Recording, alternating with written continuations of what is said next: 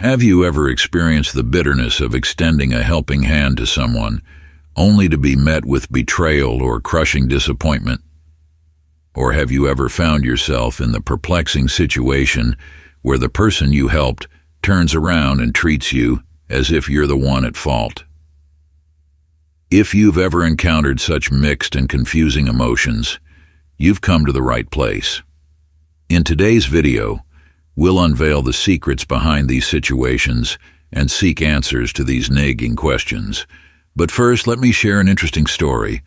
Once upon a time, there was a Zen master meditating by a river. Suddenly, he heard a strange noise. It turned out to be a scorpion that had fallen into the water and was struggling to get out. The Zen master reached out to rescue the scorpion, but unfortunately it stung him. He patiently endured the pain and released the scorpion onto the ground, continuing his meditation. A while later, the scorpion fell into the water again. The Zen master once more reached out to save it, and again it stung him. Then the scorpion fell in again. The Zen master rescued it, and once again got stung. A fisherman who witnessed this scene asked the Zen master, "That scorpion stings you every time. Why do you keep saving it?" The Zen master replied, "Stinging others is its nature, while compassion is mine." At that moment, the scorpion fell into the water again. As the Zen master was about to reach out to save it, the old fisherman used a branch to reach into the water. The scorpion crawled onto the branch and climbed back onto the ground by itself. The old fisherman said, "Compassion is not wrong, but first have compassion for yourself. Protect yourself first, then have compassion for other beings." I believe that by now, you've started to find your own answers, haven't you? The old fisherman's words serve as a wake-up call, prompting us to reevaluate how we approach kindness and helping others. We're often taught to help those in need, but sometimes we forget that helping also requires wisdom. Helping the right people at the right time, in the right place, and in the right way is what truly brings positive value to both the giver and the receiver. If you're ready to join me in delving deeper into the complex nuances of human psychology, leave a comment with the number 1, and let's embark on this journey together. But first, I'd be incredibly grateful if you could take a moment to hit the like button and subscribe to the channel. Your support is a tremendous motivation for me to continue bringing you more valuable and meaningful lessons.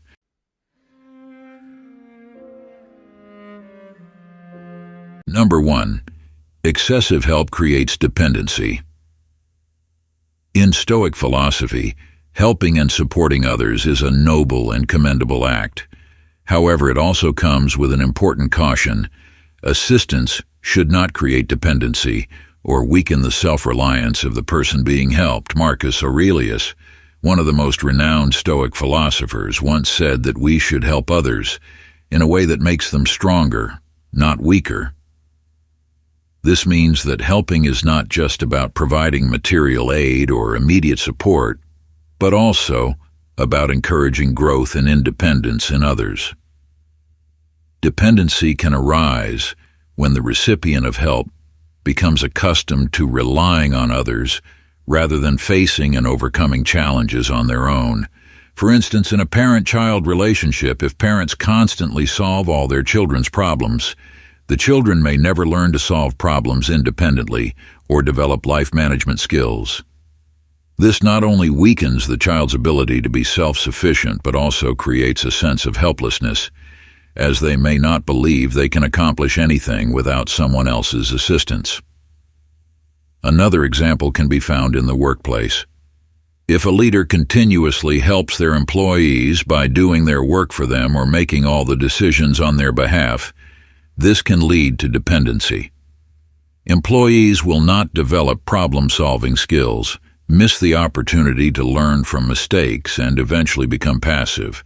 In the long term, this dependency not only reduces job performance, but also leads to dissatisfaction and a lack of fulfillment at work.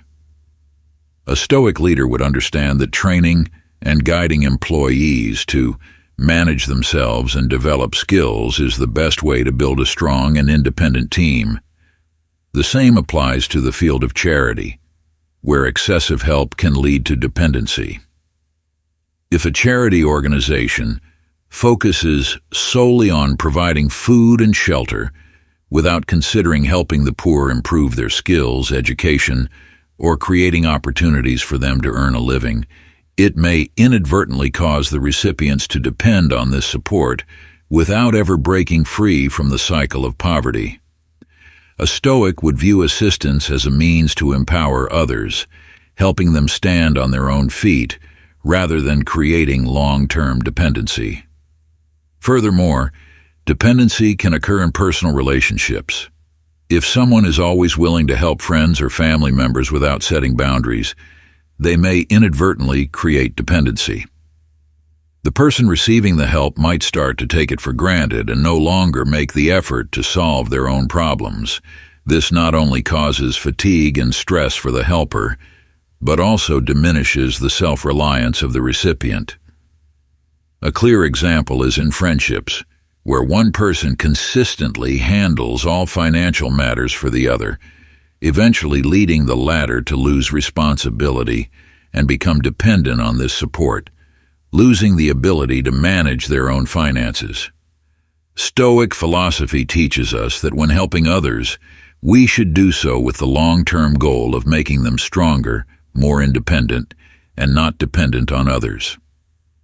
This doesn't mean we shouldn't help, but rather that we should help intelligently and strategically.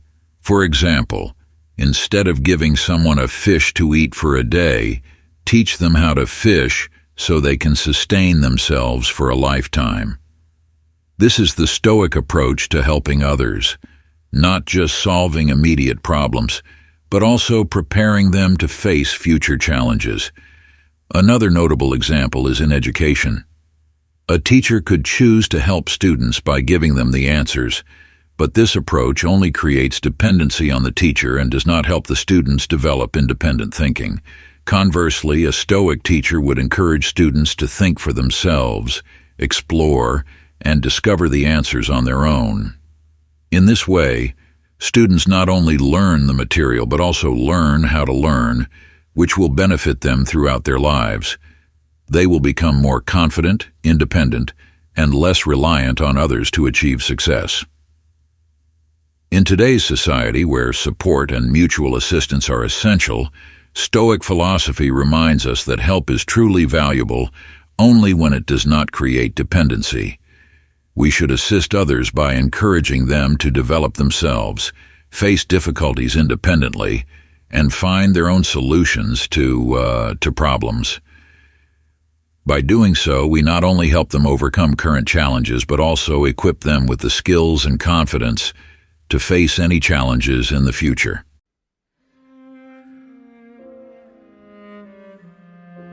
Number 2, you can be taken advantage of. Stoicism not only values kindness, but also emphasizes the importance of discernment and understanding when expressing it. One of the core lessons of this philosophy is that we must know when to help and when not to. Marcus Aurelius, one of the most famous Stoic philosophers, once said that we must be alert and cautious in choosing who deserves our help. This serves as a reminder that not everyone is worthy of our kindness, and not every situation is appropriate for offering assistance. For example, consider a situation in daily life. A friend frequently comes to you for financial help. Initially, you might feel good about helping, believing that you are doing something kind. However, if this friend continuously relies on your support without making any effort to solve their problems on their own, your kindness may be taken advantage of. Instead of helping them overcome their difficulties and become independent, you inadvertently create a dependent relationship. This not only weakens the will and self-reliance of the person receiving help, but also causes frustration and pressure for you. In the workplace, kindness can also be exploited if you're not careful. A colleague may frequently ask for your assistance with their work, but instead of learning and developing their own skills, they merely rely on you to complete their tasks. In the short term, you might feel proud of helping your colleague, but in the long term, this help does not benefit them and can lead to exhaustion and pressure for you. Moreover, this can create a bad precedent where others start to take your kindness for granted and expect you to always be willing to help, even if it means sacrificing your own time and effort. Stoic philosophy encourages us to be mindful and discerning in all our actions, including acts of kindness. Kindness should not become an excuse for others to exploit and harm you. A Stoic would ask, does this act of kindness genuinely bring long-term benefits to the other person? Or does it merely create dependency and exploitation? If the answer leans toward the latter, the Stoic would choose to maintain distance and not intervene, understanding that helping inappropriately is not true kindness. Another example can be seen in personal relationships. If you are always the one to solve every problem in a relationship, the other person might begin to take your help for granted and no longer make an effort to solve their own difficulties. This not only creates an imbalance in the relationship, but also leads to fatigue and stress for you. Stoic philosophy teaches us that sometimes the best action is to refuse help, as it encourages the other person to develop problem-solving skills and become independent. Stoic philosophy also emphasizes the importance of protecting oneself from exploitation. This does not mean becoming selfish or unwilling to help others, but rather knowing how to set clear boundaries, not allow your kindness to be taken advantage of. Consider a workplace scenario. A new employee frequently asks for your help in completing their tasks. If you are always willing to assist without letting them learn for themselves, you not only create dependency but also hinder their development. In this case, instead of continually offering help, you could guide them on how to find solutions to their problems, encouraging them to be self-reliant and develop their skills. Moreover, helping the wrong people in the wrong situations can lead to negative consequences for society as a whole. In the realm of charity, providing help without considering the encouragement of self-reliance can lead to prolonged dependency. If a charity organization focuses solely on providing food and shelter without helping the recipients improve their skills, education, or create opportunities for them to earn a living, it not only fosters dependency but also weakens the recipient's ability to stand on their own. Sometimes, true kindness lies in refusing to help, encouraging others to face and overcome difficulties on their own. This approach helps them become stronger and prevents them from being exploited by others' kindness. In conclusion, kindness is a valuable quality, but it must be exercised wisely and cautiously. If not, kindness can be exploited, leading to dependency and weakening the self-reliance of others. Stoic philosophy teaches us that when helping others, we must always be discerning and clear-minded, so that our kindness truly brings lasting value and doesn't become a tool for others to exploit. We've just explored the unintended consequences that can arise when kindness is misused or misplaced. Now let's delve into another aspect of kindness, identifying those individuals you should carefully consider before helping or even avoid altogether to protect yourself from unnecessary trouble. Rule 1. Do not offer help when it violates your principles. In Stoic philosophy, maintaining personal principles is considered one of the most important ways to protect oneself and preserve one's integrity. Each individual has principles that they regard as inviolable. guiding rules that define their values and direct their actions. These principles not only serve as a compass in life, but also act as a protective barrier against situations that could lead to moral or spiritual decline. Helping others, especially those you love or are close to, is noble and should be encouraged. However, according to Stoic philosophy, this assistance should not come at the cost of violating your core principles. Marcus Aurelius emphasized that each person must have a clear understanding of what they can and cannot accept, regardless of external pressure. Sacrificing your principles to please others can lead to negative consequences, not only for yourself, but also for the person you are trying to help. For example, if a close friend asks for your help with something you know clearly violates your core values, such as participating in an act of dishonesty or unethical behavior, you must firmly refuse. This refusal is not only to protect yourself from moral risks, but also to help the other person realize the importance of upholding principles in life. By staying true to your values, you not only maintain personal integrity, but also convey the importance of ethics and honesty. Personal principles are the foundation of who you are. When you overlook or violate these principles for any reason, you lose a significant part of yourself. This can lead to a loss of self-respect, internal turmoil, and in the worst case, dire consequences for both you and those around you. Epictetus, one of the renowned Stoic philosophers, once said, "Never exchange the most valuable part of yourself for something lesser." This reminds us that maintaining principles is of utmost importance, and that we should not easily abandon them due to external pressure. Moreover, steadfastness in your principles helps you build trust and respect from others. People will see you as someone with firm convictions, not easily swayed by temptation or pressure. This not only elevates your standing in the eyes of others, but also creates an environment where ethical values and principles are respected and upheld. Rule 2. Do not help those who lack gratitude. Some people take the help and sacrifices others make for them for granted, as if they are entitled to receive everything without needing to express thanks or repay the kindness. In fact, they may not even intend to remember the favors they have received, and when the help is no longer available, they may turn their backs on you or even harbor resentment. With such individuals, no matter how many times you help them, whether it's hundreds or thousands of times, they will never feel grateful. Gratitude does not exist in their minds. Instead, there is only a sense of expectation and entitlement.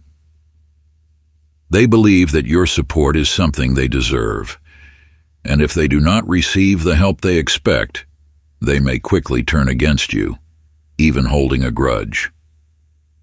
This demonstrates that assistance in such situations is not only unappreciated, but can also be harmful to you. Not everyone recognizes the value of gratitude, which is why it is essential to be discerning in choosing whom to help. Assistance should be given only to those who genuinely appreciate it and have the intention to repay, or at least remember the favor. When you help someone who lacks gratitude, you not only waste your effort and time, but may also find yourself in a disadvantageous position, as the person you helped might not only be ungrateful, but could also betray or harm you. Remember that kindness and help are precious, and they should be reserved for those who truly deserve them. Before deciding to assist someone, consider whether they value and appreciate your help. If they do not, it is better to reserve your kindness for those who genuinely need and are grateful for it. Refusing to help in such cases is not selfish. Rather, it is a way to protect yourself and preserve the value of your kindness. In life, gratitude is an essential measure to determine whether help is worth giving. Rule 3, don't give a fish, give a fishing rod. The saying, give a man a fish and he will eat for a day, teach a man to fish and he will eat for a lifetime, is a valuable lesson, reminding us that help should not just stop at fulfilling immediate needs, but should also focus on helping others develop self-reliance and the ability to overcome future difficulties on their own. When someone faces difficulties, our natural reaction is often to offer immediate support, such as providing money or food. However, if we stop there, our assistance can become a double-edged sword. The person receiving help can easily fall into a state of dependence, relying on support from others without making an effort to stand on their own. In the long run, this not only weakens their ability to be self-sufficient, but also robs them of the opportunity to develop the skills and mindset necessary to overcome their circumstances. Instead of merely offering temporary aid, we should guide them on how to solve their problems independently, how to develop themselves so they can sustainably overcome adversity. For example, rather than giving them money, we can help them find a job, learn a new trade, or encourage them to participate in skill-enhancing courses. These actions not only help them get through their current difficulties, but also equip them with the tools needed to face any challenges that may arise in the future. In Stoic philosophy, helping others is not just an act of charity. It's also a way to promote self-reliance and personal growth. If we continuously provide support without encouraging them to rise independently, we may inadvertently harm them, causing them to become passive and dependent on external aid. Furthermore, constantly rescuing them without clear direction creates a vicious cycle where the person receiving help never truly escapes poverty, but instead sinks deeper into it. While providing aid to the poor and hungry is urgent and necessary, it is never sufficient if it doesn't come with education and encouragement towards self-sufficiency. Assistance without a developmental focus will only be a short-term, makeshift solution that is unsustainable. A person may thank you once when they receive your help, but the more important thing is that they will be grateful for a lifetime if you can help them find the path to escape their difficulties on their own. Therefore, teach them how to fish so they can sustain themselves and achieve true independence. Rule 4. Do not help beyond boundaries between individuals.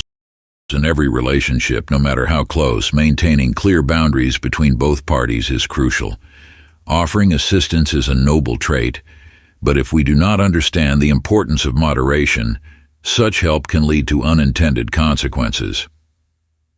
Overstepping these boundaries not only disrupts the balance within the relationship, but can also cause discomfort, and in some cases, even lead to the breakdown of the relationship.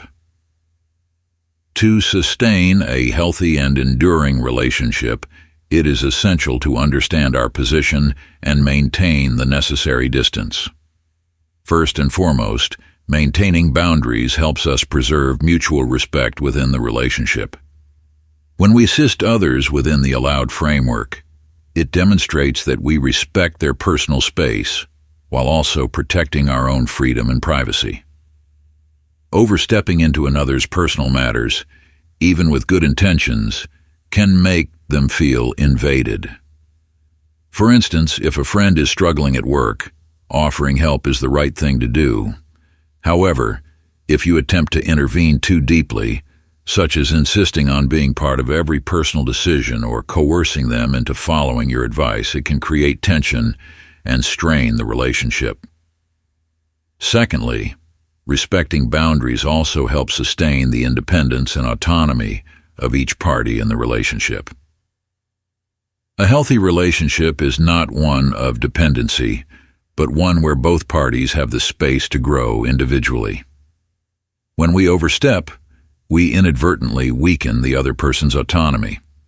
For example, in a marriage, sharing household responsibilities and supporting each other is necessary.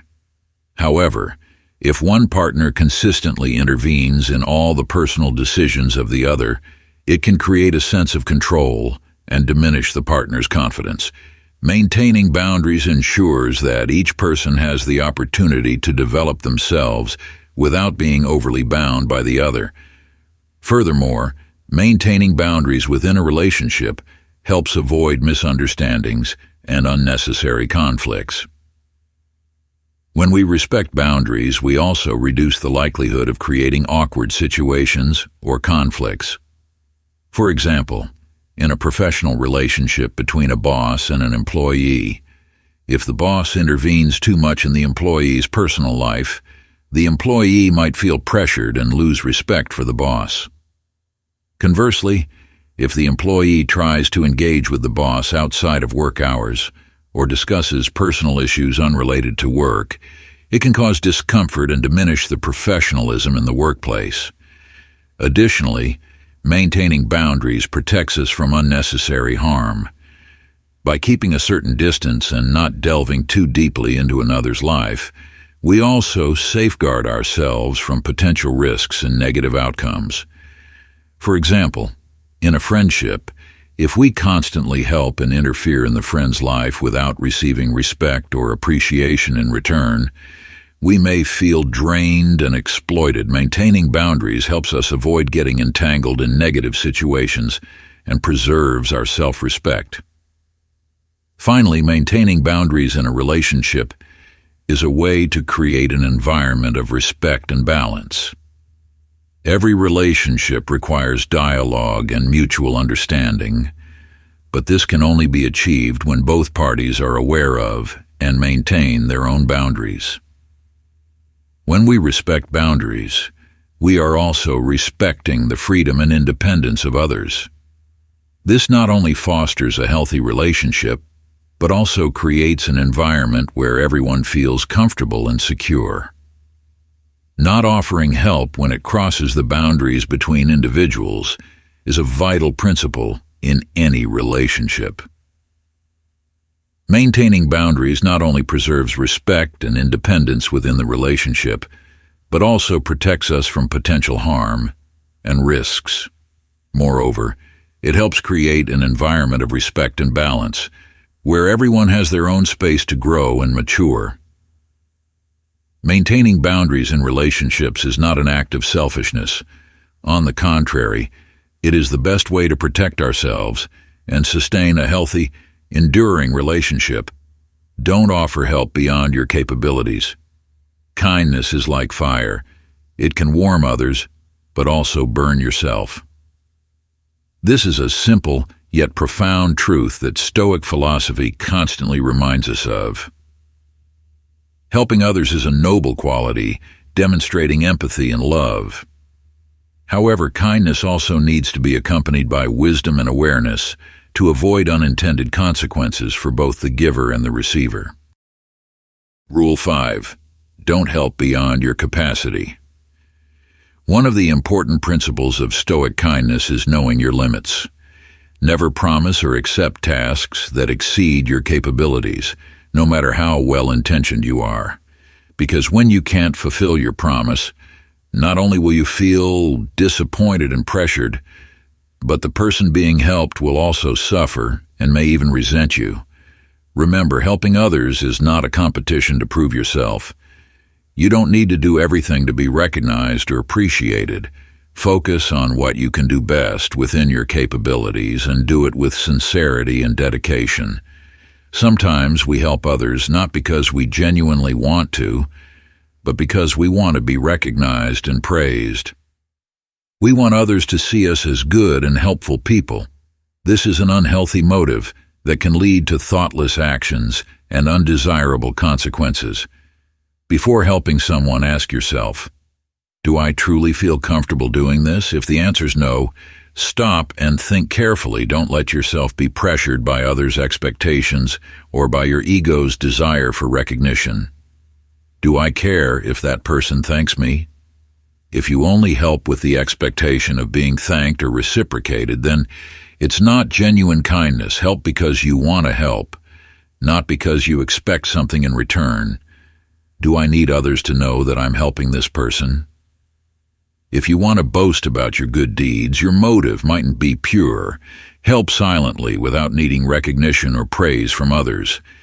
If the answer to all three questions above is no, then you can be assured that your kindness comes from sincerity and is not driven by selfish motives. You agree to help a friend fix their computer, even though you have no technical expertise in this area.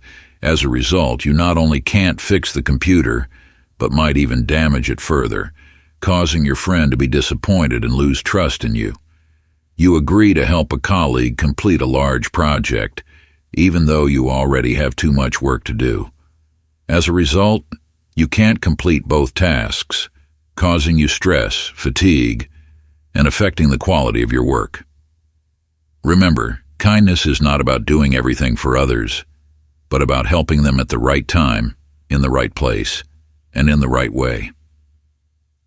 Listen to your heart. Use your wisdom to analyze the situation and make the right decision.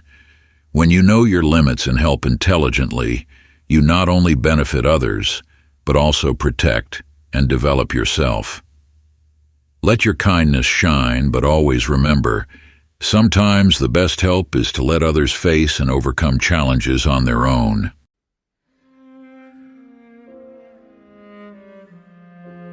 Always remember that kindness is not just an action, but also a responsibility.